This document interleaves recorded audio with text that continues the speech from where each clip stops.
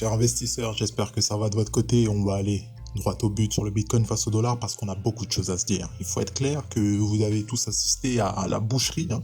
La boucherie, on peut pas trouver mieux comme mot, je pense, pour décrire ce qui s'est passé hier.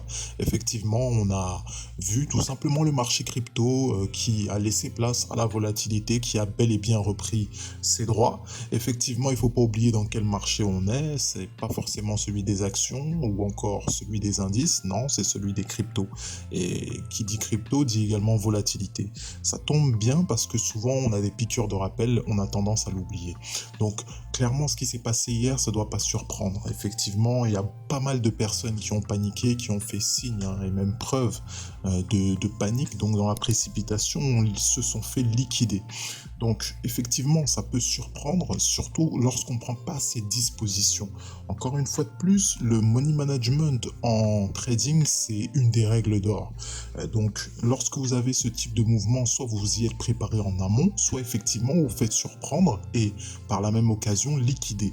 Donc que faire à ça? Que faire à ça? C'est une très bonne question. C'est tout simplement se former dans un premier temps pour tout ce qui est money management. Je pense que c'est la base. À chaque fois, on fait des rappels, mais c'est pas des rappels, c'est pas fait tout simplement pour tomber dans l'oreille d'un sourd. Il faut effectivement aussi mettre la main à la pâte. Parfois, ça passe par la formation. Aujourd'hui, sur Internet, il y a de tout. Et effectivement, vous pouvez déjà avoir des bases de money management. Là, comme vous voyez, on vous l'a dit, il y a eu pas mal de signaux d'entrée lorsqu'on a eu cette pêche-là, cette mèche, pardon, qui nous a fait tout simplement un plus bas au niveau de 30 000. On l'avait dit que c'était un niveau fort. Effectivement, ça rebondit instantanément. Le tout, ça a été quoi? Ça a été de prendre également des positions pour ceux qui ont été les plus prudents au niveau de 30 000. Sauf que ça relevait quasiment du génie. Effectivement, il y a eu pas mal d'informations qui ont été passées. Certains ont réussi à se positionner sur ces prix-là. Bravo à eux. Encore une fois de plus, ça nécessitait de la vision. Pour être totalement franc, et également nous-mêmes, on s'est fait surprendre. On s'est fait surprendre par en tout cas la rapidité du mouvement. Il n'y a pas eu forcément l'occasion de se positionner. Ceci dit, bravo à ceux qui ont pu effectivement bénéficier de ce rebond immédiat. Actuellement, comme vous voyez, on se situe au niveau des 40 000. Donc là, on va voir même en unité de temps journalière de manière plus précise à quoi ça ressemble.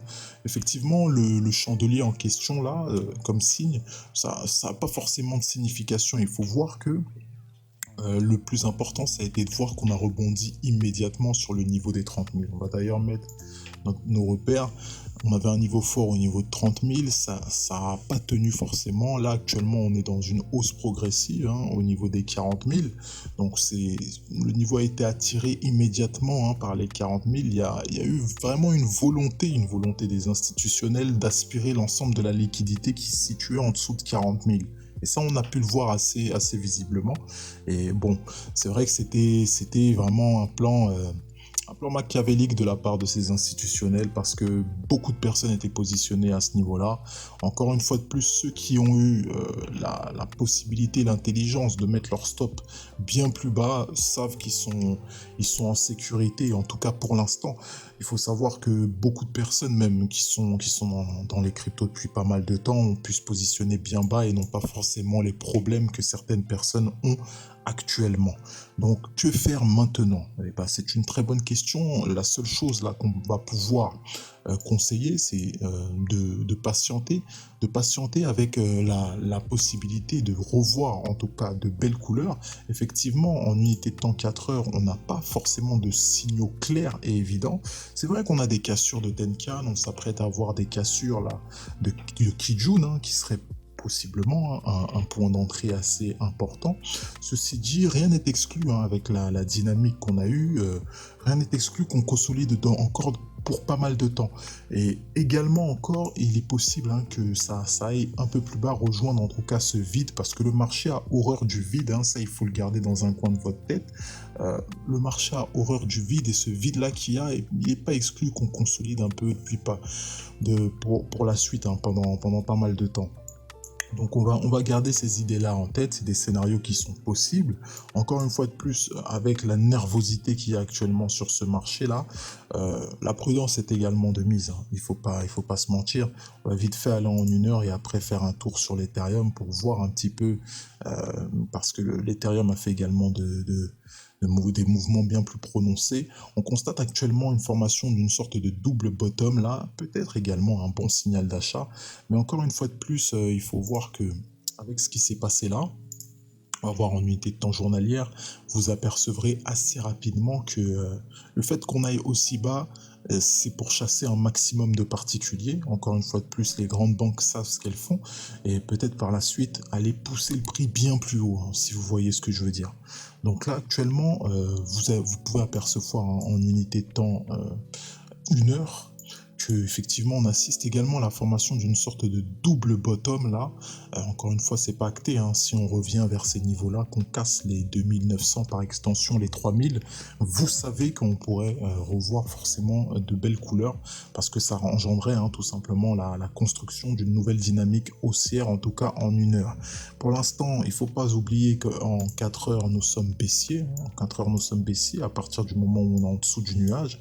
C'est une analyse assez claire qui se confirme également par la tendance actuellement dans laquelle on est, hein. Pour retrouver en tout cas une dynamique haussière, il va falloir qu'on casse dans un premier temps, comme on l'a dit, hein, là, des 2900 par extension. Il faut alors qu'il y ait une construction d'une dynamique haussière, hein, par la suite, qu'on se rapproche du nuage, qu'on le casse. Là, on commencerait un petit peu à avoir plus de confiance en ce mouvement. Vous pouvez voir, comme on l'a dit, sur l'Ethereum face au dollar, la baisse surprenante qu'on a eue, on a quand même pris la peine d'aller jusqu'au 1900, ce qui est incroyable. Il faut le dire que ça, c'était pas forcément prévisible, hein. C'était pas forcément prévisible qu'on aille aussi bas, véritablement, même par la suite, pardon, qu'on aille bien plus haut, c'est-à-dire qu'on remonte là actuellement, on a quasiment touché, hein, les 3000, c'est-à-dire qu'on a pris la peine d'aller jusqu'au 1900 pour ensuite retoucher les 3000 dans la foulée. Ça, c'est quand même fort. Et pour dire, même sur certains autres courtiers, on est allé jusqu'à 1700. Donc pour vous dire, c'est quand même très fort. Il y a eu pas mal de liquidations, hein, on l'imagine. Pour ceux qui hold, franchement, vous n'avez pas forcément de soucis à vous faire. Les projets sont solides. Pas qu'on ne croit plus aux projets, les projets sont toujours valides. C'est juste qu'actuellement, effectivement, il y a une respiration qui dépasse l'entendement. Sauf que lorsqu'on a une baisse aussi furieuse, n'oubliez pas que ça peut engendrer également une hausse tout aussi furieuse. Donc, vous voyez qu'en unité de temps journalière d'ailleurs, on assiste actuellement à un rebond sur le nuage Ishimoku. Donc, on dit ça, on dit rien, c'est une analyse, hein, claire que le graphique nous donne. Actuellement, en unité de temps weekly, on s'aperçoit assez rapidement, hein, que la semaine s'apparente à de la baisse actuellement. Pour nos deux actifs en question, effectivement, on constate une très très grande respiration. Que faire à cela? Encore une fois, on l'a très bien spécifié, le money management dans un premier temps, et dans un second temps, la prudence, effectivement, et on attend une reconstruction de la dynamique haussière pour ensuite éventuellement se positionner. Donc prenez soin de vous, de vos finances, de vos capitaux, et quant à nous, n'oubliez pas, on se retrouve à la prochaine. Bye bye.